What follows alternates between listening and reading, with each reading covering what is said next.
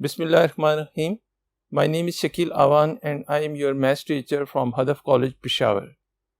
Today we will start exercise 7.2.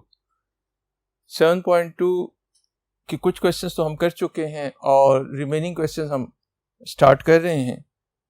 तो ये question बीच में उस टाइप में से छोड़ दिया था जहाँ पे लाइन किसी सर्कल पर टेंजेंट हो तो क्या कंडीशन आती है. तो ये क्वेश्चन उस वक्त टाइम नहीं था तो हमने नहीं किया था, तो ये देख लें. वो कहते हैं find the condition at which the line this touches the circle this. Question number 3, 4, 5 और 7 के साथ ये क्वेश्चन है. ये किस उसका क्वेश्चन है, उनके साथ करें. क्वेश्चन नंबर 3, 4, 5, 6, 7 ये क्वेश्चन मैं करवा चुका था. ये क्वेश्चन बीच में रह गया था तो इस क्वेश्चन को हम करते हैं. तो सबसे पहले आप ये देखें, given equation of circle is, इसके सॉल्यूशन में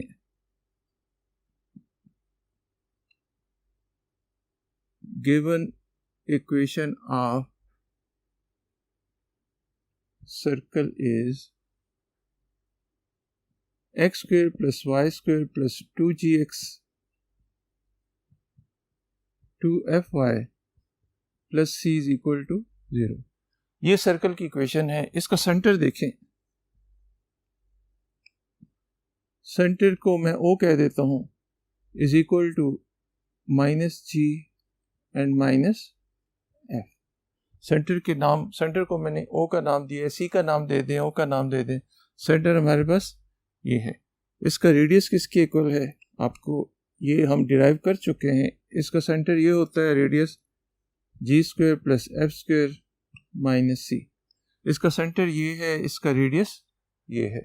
अब दूसरी चीज, लाइन की इक्वेशन क्या है. Given equation of line is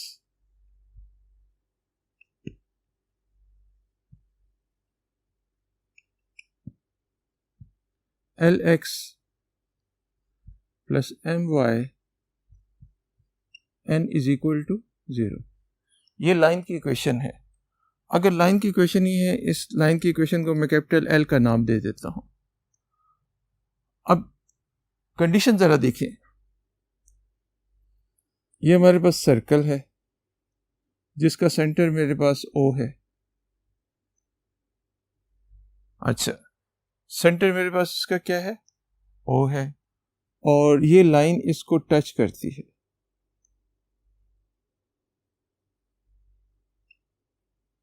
line का नाम क्या है, L है, और O के कोऑर्डिनेट्स क्या है, -g -f. जिस पॉइंट पे टच करती है उसको मैं P का नाम दे देता हूं. उस पॉइंट को मैंने क्या नाम दे दिया, P का. Since line L is tangent to the circle,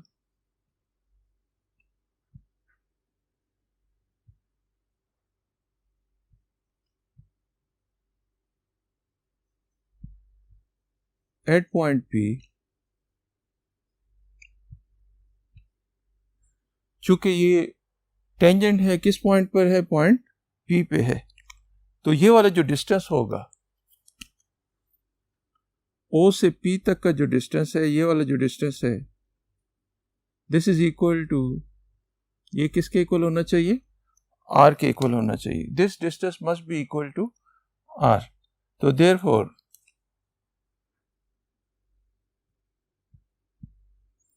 OP is equal to R.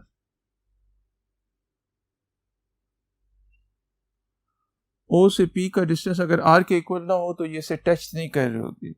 तो इसको फर्दर सॉल्व करने के लिए हम नेक्स्ट बोर्ड पे जाते हैं.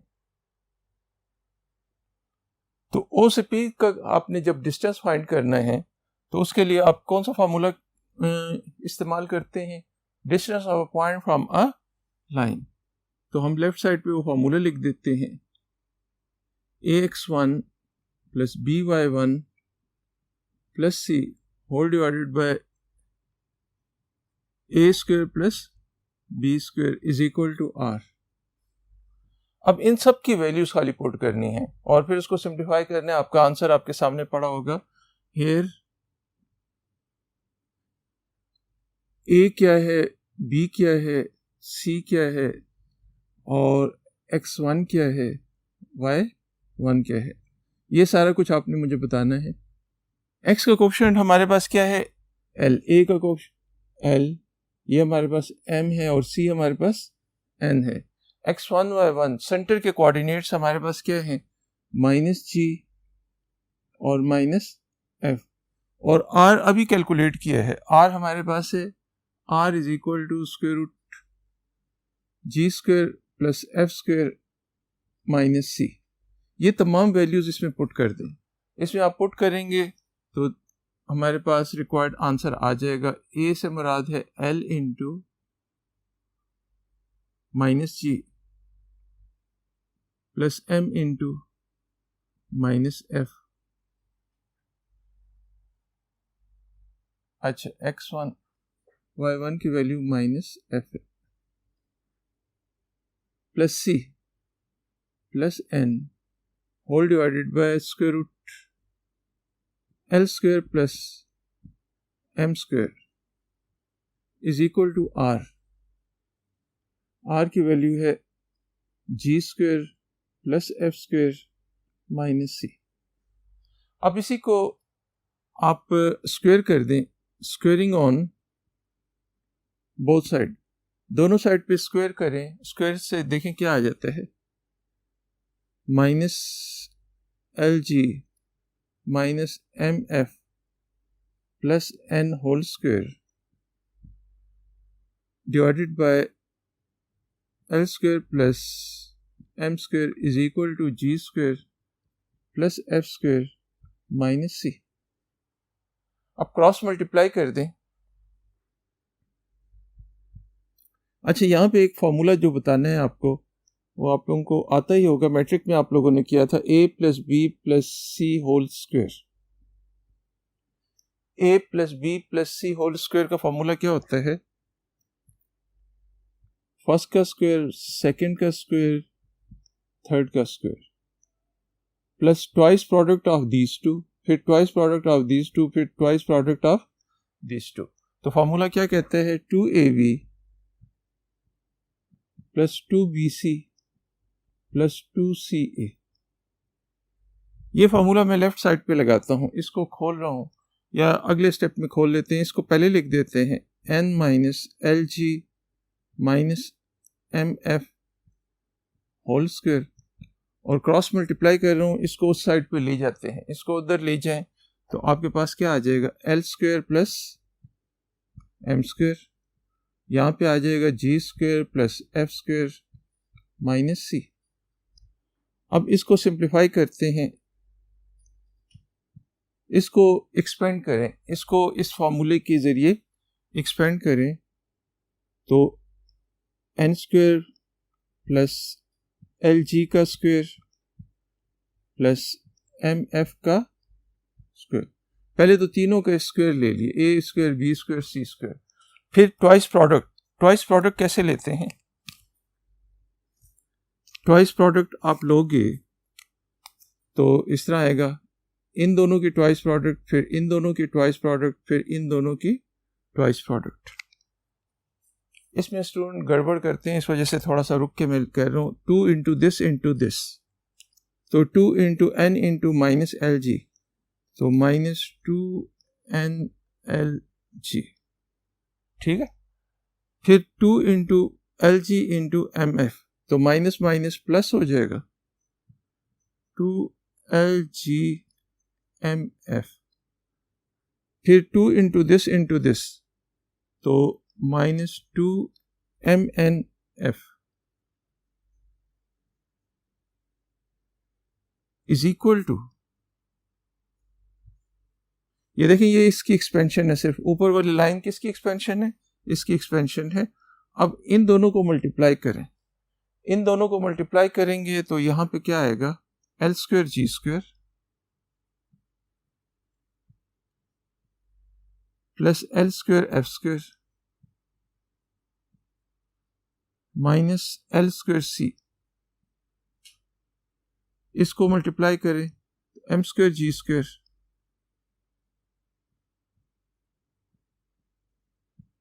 इसको इसके साथ और इसको इसके साथ, तो माइनस एम स्क्वायर सी। अब देखें एल स्क्वायर जी स्क्वायर इधर भी है और एल स्क्वायर जी स्क्वायर इधर भी है, ये दोनों आपस में कैंसिल हो गए। इसी तरीके से M square F square, M square F square इधर भी है, एम स्क्वायर एफ स्क्वायर इधर भी है, दोनों में है ना, तो ये दोनों आपस में कैंसिल हो जाएंगे। अब क्या रह गया है, इधर सिर्फ एन स्क्वायर रह गया है माइनस 2nlg। इन दोनों में क्या चीज कॉमन आती है, 2n कॉमन आता है, ठीक है, 2n कॉमन ले लेते हैं। तो इससे हमारे पास, इनको आप इधर लें, एल स्क्वायर एफ स्क्वायर और एल स्क्वायर सी स्क्वायर, इन दोनों में से कॉमन आ जाता है, एल स्क्वायर कॉमन आता है, तो एफ स्क्वायर माइनस सी। या इसको एक काम करते हैं, इसको लेफ्ट साइड पे ले आते हैं, इन सब टर्म्स को लेफ्ट साइड पे ले आते हैं, ज़रा आसानी हो जाएगी। हमारे पास आ जाएगा L square F square, L square C square minus L square F square, फिर एल स्क्वायर एफ स्क्वायर, ये माइनस है तो प्लस हो जाएगा, plus M square C minus M square G plus N square, इन दोनों में से कॉमन, कौन सा में से, -2, इन दोनों में से कॉमन -2n कॉमन, तो L G plus N F, और एक रह गया है plus 2LGMF is equal to 0। थोड़ा सा लंबा रिजल्ट है लेकिन घबराए नहीं। इन दोनों में से कॉमन क्या चीज आ गई, एल स्क्वायर कॉमन, तो ये सी स्क्वायर नहीं है, सी है सिर्फ, सी माइनस एफ स्क्वायर, इसमें से एम स्क्वायर कॉमन, सी माइनस जी आता है कि जी स्क्वायर आता है, एम स्क्वायर जी स्क्वायर है, तो ये G square, C minus G square plus N square -2n into L G plus N F plus 2LGMF is equal to 0। तो उसने कंडीशन पूछी थी, तो दिस इज रिक्वायर्ड कंडीशन, ये हमारी रिक्वायर्ड कंडीशन है कि अगर वो लाइन इसको टच करे तो ये कंडीशन है। कंडीशन ज़रा बड़ी आती है, इसकी कैलकुलेशन थोड़ी सी स्टूडेंट के लिए प्रॉब्लमेटिक, तो इसी वजह से इसको आखिर में मैंने किया है कि आपकी पहले प्रैक्टिस हो जाए तो उसके बाद आप इस क्वेश्चन को करो। ये एक प्रॉब्लमेटिक क्वेश्चन है, लेकिन ये नहीं कि ये पेपर में आ भी चुका है, तो आप लोगों ने करना ज़रूर है। कोई एक क्वेश्चन, कोई एक एग्जाम्पल भी आप लोगों ने नहीं छोड़नी। आए नेक्स्ट क्वेश्चन के लिए नेक्स्ट बोर्ड पे चलते हैं। नेक्स्ट क्वेश्चन है, क्वेश्चन टेंजेंट का ही हम लेते हैं। तो वो आपसे कहते हैं, एक क्वेश्चन है, क्वेश्चन नंबर, अच्छा क्वेश्चन नंबर 13, क्वेश्चन नंबर 13 कहते हैं find the equations of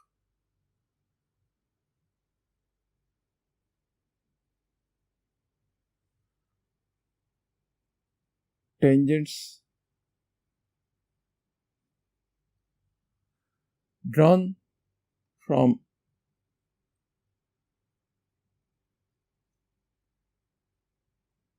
point कौन सा दिया हुआ है, 4 3 to the circle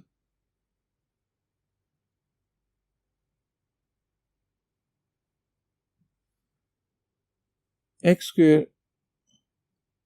plus Y square is equal to 9। हमने इक्वेशन ऑफ टेंजेंट ड्रा करनी है जो इस पॉइंट से इस सर्कल पर ड्रा हो। चलिए क्वेश्चन करने से पहले आप ज़रा थोड़ा सा डिस्कस करते हैं कि एक पॉइंट जो आउटसाइड द सर्कल हो उससे कितने टेंजेंट ड्रा किए जा सकते हैं। मिसाल के तौर पे ये मेरे पास एक सर्कल है, मेरे पास एक ये सर्कल है और एक पॉइंट ये है। ये वैसे ही समझाने के लिए कर रहा हूँ, ये आपने ड्रा नहीं करनी। ये कोई पॉइंट P है, P.43 है, इससे आप दो टेंजेंट्स ड्रा करना चाह रहे हो इस सर्कल पर। इक्वेशन ऑफ टेंजेंट बताएं इस पॉइंट से इस सर्कल पर कितने टेंजेंट ड्रा किए जा सकते हैं। How many tangents can be drawn from this point two the given circle.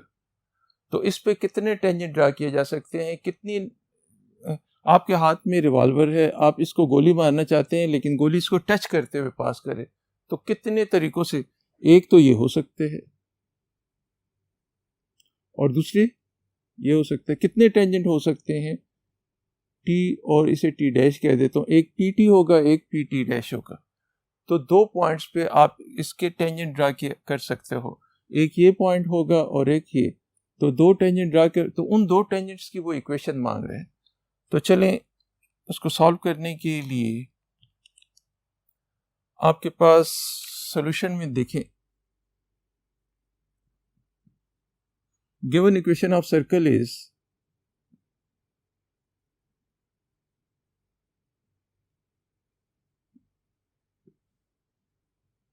X square plus Y square is equal to 9 है। 9 को लिख सकता हूँ 3 का स्क्वायर, या 9 ही रहने दें। तो ये बताएं ये किस चीज की इक्वेशन है। ये इक्वेशन ऑफ सर्कल है। इसका सेंटर क्या होगा। सेंटर पहले कई दफा बता चुका हूं कि आपके पास अगर इक्वेशन ये हो X square plus Y square is equal to A square हो, तो इसका सेंटर क्या होता है वो करने की जरूरत ही नहीं है। सेंटर 0 0 और इसका रेडियस इज इक्वल टू ए के इक्वल होता है। तो इसका सेंटर क्या होगा, इसका सेंटर होगा 0 0 और उसका रेडियस किसके इक्वल है, ए के।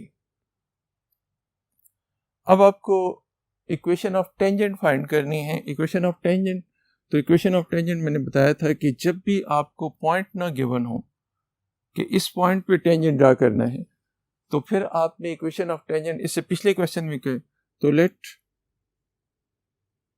Equation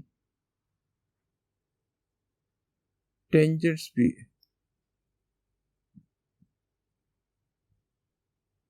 y is equal to mx plus c।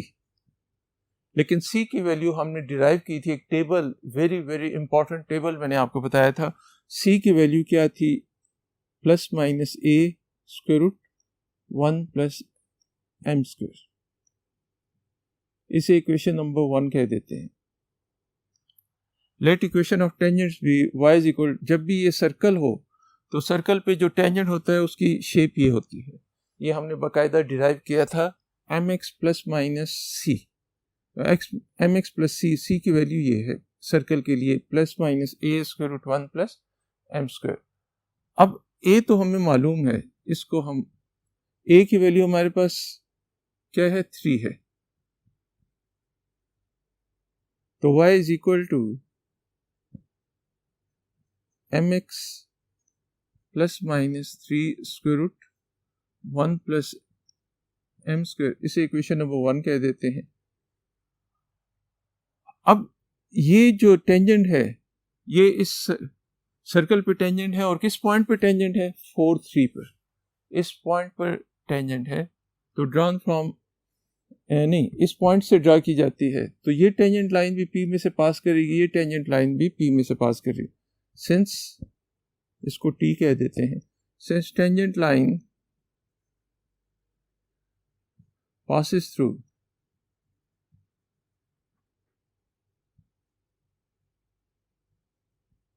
point P, P के कोऑर्डिनेट्स क्या हैं, 4, 3। कौन सा लफ्ज इस्तेमाल हुआ है, कौन सा लफ्ज इस्तेमाल हुआ है, पासिस का।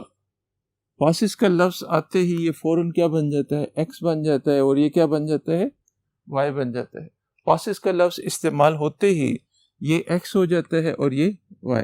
तो x की बजाय आपने 4, y की बजाय आपने इसमें 3 पुट कर देना है।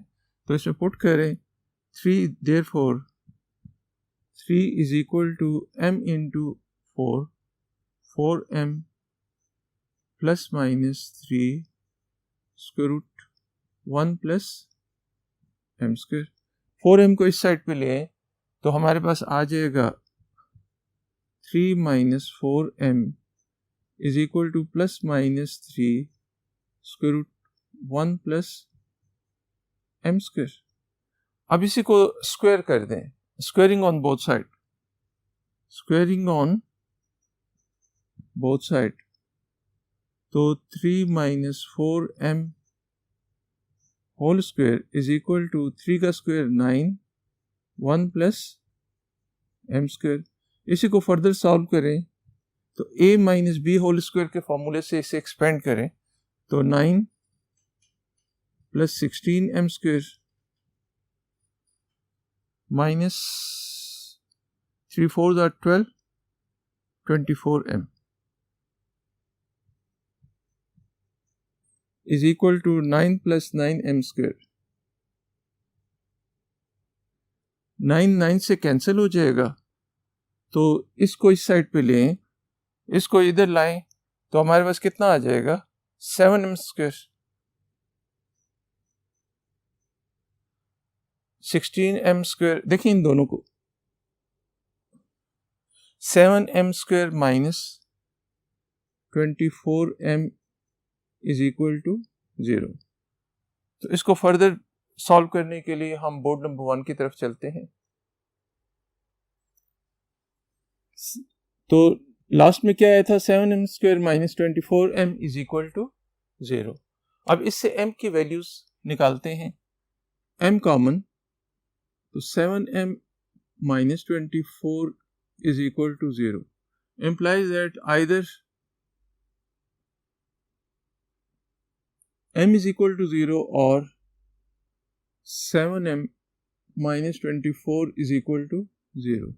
तो either m is equal to 0 और m is equal to 24 by 7। इसको उधर ले जाए तो 24 और 7 से डिवाइड कर दें। m की दो वैल्यूज हमारे पास आ गई हैं। m की कितनी वैल्यूज आ गई हैं, दो वैल्यूज आ गई हैं। एक वैल्यू ये आई है और एक वैल्यू हमारे पास ये आई है। तो ये इक्वेशन नंबर 1 में जो इक्वेशन ऑफ टेंजेंट हमने सपोज की थी। अच्छा ये बताएं उस फिगर में कितनी टेंजेंट्स थे, उसमें 2 टेंजेंट्स थे। खास तौर पे डायग्राम मैंने बना के इसलिए दिया था कि आपको पता चले कि कितने टेंजेंट्स बनते हैं। एक पॉइंट आउटसाइड द सर्कल से 2 टेंजेंट्स बनते हैं। अब यहाँ पे एक मसला होगा, इवन टीचर्स तक उसमें गड़बड़ कर जाते हैं, तो इसको आप ज़रा देखें।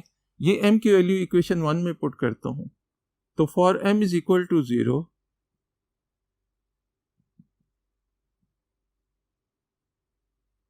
इक्वेशन 1 बिकम्स इक्वेशन 1 क्या हो जाएगी, y is equal to mx थी ना, तो m की वैल्यू कितनी है 0 इंटू एक्स प्लस माइनस 3 और यहाँ पे कितना आ जाएगा 1 प्लस m स्क्वायर, 1 प्लस 0 का स्क्वायर 0। तो ये तो 0 हो गया, ये 1 आ गया, तो y is equal to plus minus 3। अब आपने यही आंसर नहीं लिख देना, अक्सर स्टूडेंट इसी आंसर को लिख देते हैं। 2 टेंजेंट्स तो ये हो गए, 2 टेंजेंट्स तो और भी बन जाएंगे, वो 4 टेंजेंट्स होंगे। तो यहाँ पे y is equal to plus minus 3, इसको ज़रा चेक करते हैं और चेक हम रफ वर्क बना के करते हैं। इधर मैं लिख देता हूँ रफ वर्क, खास तौर पे रफ वर्क। पॉइंट कौन सा था हमारे पास, पॉइंट हमारे पास था 4 3 और ये हमारे पास 2 आंसर आए हैं। एक आंसर आया है y is equal to minus 3 और एक आया है y इज इक्वल टू 3। तो पहले y is equal to minus 3 को मैं चेक करता हूँ कि ये पॉइंट इसके ऊपर लाई करता है या नहीं। तो इसमें आप y की वजह क्या पुट करें, चेक कर रहा हूँ मैं, क्या कर रहा हूँ, चेक कर रहा हूँ कि ये पॉइंट इसके ऊपर लाई करता भी है या नहीं। तो जब मैं इस पॉइंट को इसमें पुट करता हूँ, ये x की वैल्यू है और ये y की वजह इसमें 3 पुट करता हूँ तो 3 इज इक्वल टू -3। गड़बड़ है ना, ये इसको सेटिस्फाई नहीं करता। लेकिन जब मैं दूसरा, इसके दो आंसर हैं, एक y इज इक्वल टू -3 है, एक y इज इक्वल टू +3 है। y इज इक्वल टू 3 लेता हूँ और ये पॉइंट पुट करता हूँ तो 3 is equal to 3, it is okay. ये वाली इक्वेशन ओके है, जबकि ये वाली इक्वेशन हम इग्नोर कर देंगे, इसको नेग्लेक्ट कर देंगे। तो सिंस ये रफ वर्क में इधर इंडिकेट करें और इधर खाली एक सेंटेंस लिख दें, since y is equal to -3 does not lie on line, y is equal to -3 does not pass through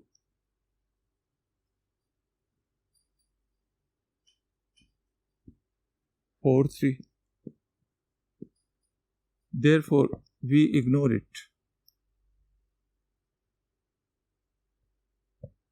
या we discard it, हम इसको छोड़ देते हैं। तो therefore one tangent is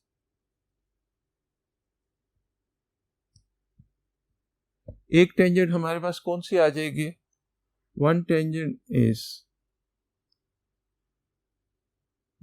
y is equal to 3। एक आंसर हमारे पास ये आ गया है। इक्वेशन ऑफ टेंजेंट फाइंड करने थे, स्टूडेंट दोनों ही लिख देते हैं, दोनों नहीं लिखने, एक टेंजेंट ये हो जाएगा। अब दूसरे, for m is equal to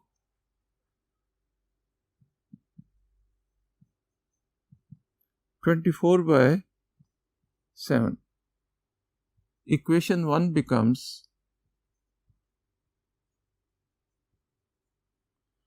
y is equal to mx थे ना, m से मुराद 24/7 प्लस माइनस x भी है, plus minus square root 3 1 plus m square. 24/7 का स्क्वायर, 24/7 का स्क्वायर 576/49। तो इससे हमारे पास आ जाएगा 24/7 x प्लस -3, इसके नीचे कुछ नहीं है तो 1 है, इसका एलसीएम आ जाएगा 49 प्लस 576 डिवाइडेड बाय 49। तो इसको फर्दर सॉल्व करने के लिए हम नेक्स्ट बोर्ड पे चलते हैं। तो y की वैल्यू क्या आ जाएगी, y इज इक्वल टू 24/7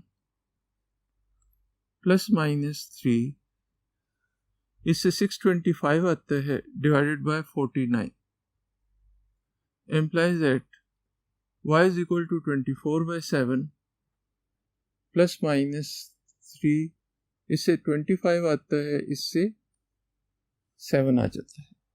अब आप क्या करो, 7 से मल्टीप्लाई कर दो दोनों साइड पे, multiply by 7 on both side, तो 7y is equal to 24 plus minus 24x होगा, 24x प्लस माइनस 75। अब यहाँ पे भी दो इक्वेशंस आती हैं, एक प्लस के साथ आती है, एक माइनस के साथ आती है। तो जब भी हमें पता है कि टेंजेंट्स दो होंगे, एक टेंजेंट तो आ चुका है, इसमें से एक टेंजेंट होगा और एक टेंजेंट नहीं होगा, तो हम इसमें से लेते हैं, किसी एक को ले लेते हैं। 7y is equal to 24x plus 75 को ले लेते हैं। इसको लेता हूँ और इसमें वैल्यूज पुट करता हूँ, देखता हूँ दोनों साइड्स इक्वल आती हैं या नहीं। पॉइंट कौन सा है ये मैं चेक कर रहा हूँ। पॉइंट हमारे पास 4, 3 था।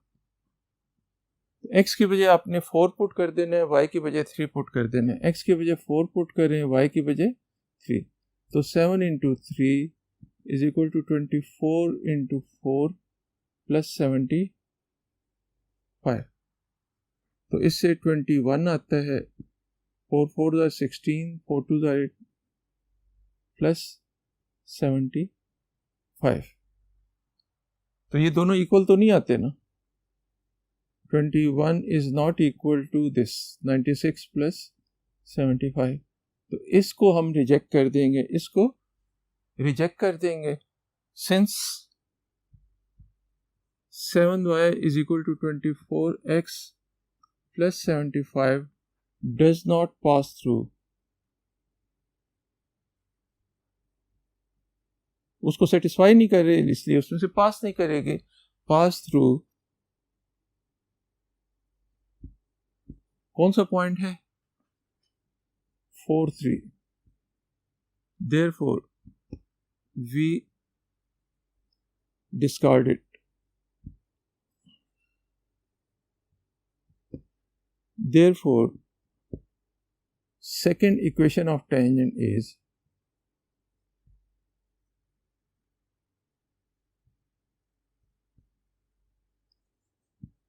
7y is equal to 24x minus 75, या इसी को आप स्टैंडर्ड फॉर्म में लिख दें तो स्टैंडर्ड फॉर्म में क्या आ जाएगा? 24x minus 7y minus 75 is equal to 0। ये हमारे पास रिक्वायर्ड इक्वेशन ऑफ टेंजेंट आ जाएगी। एक पहले आ चुकी थी, एक ही आ गई है, तो ये दो इक्वेशन ऑफ टेंजेंट आपने फाइंड करनी थी। चलें एक रिजल्ट ज़रा देखें। रिजल्ट हमारे पास ये है, हम रिजल्ट लिख देते हैं।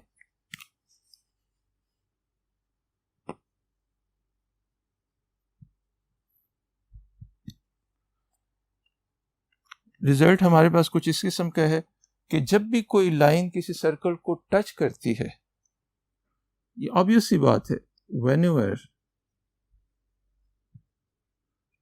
a line is tangent to a circle,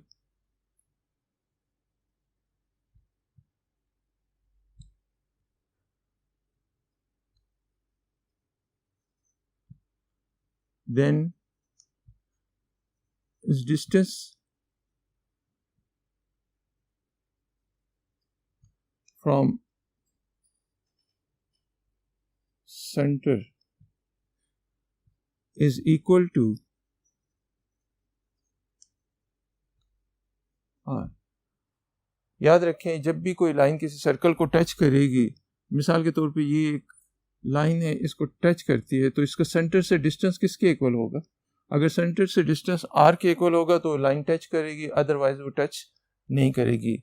ये टच करने का क्राइटेरिया है, मुख्तलिफ क्राइटेरियाज हैं, तो उनमें से ये ज्योमेट्रिकल क्राइटेरिया ये है कि ये डिस्टेंस अगर रेडियस के इक्वल होगा तो ये टच करेगी, अदरवाइज ये टच इसको नहीं करेगी, या तो बाहर से गुजर रही होगी या उसके अंदर से गुजर रही होगी। तो मेरे ख्याल में ये लेक्चर यहीं पे हम ख़त्म करते हैं। इसके रिमेनिंग क्वेश्चंस नेक्स्ट लेक्चर में करेंगे। Thank you.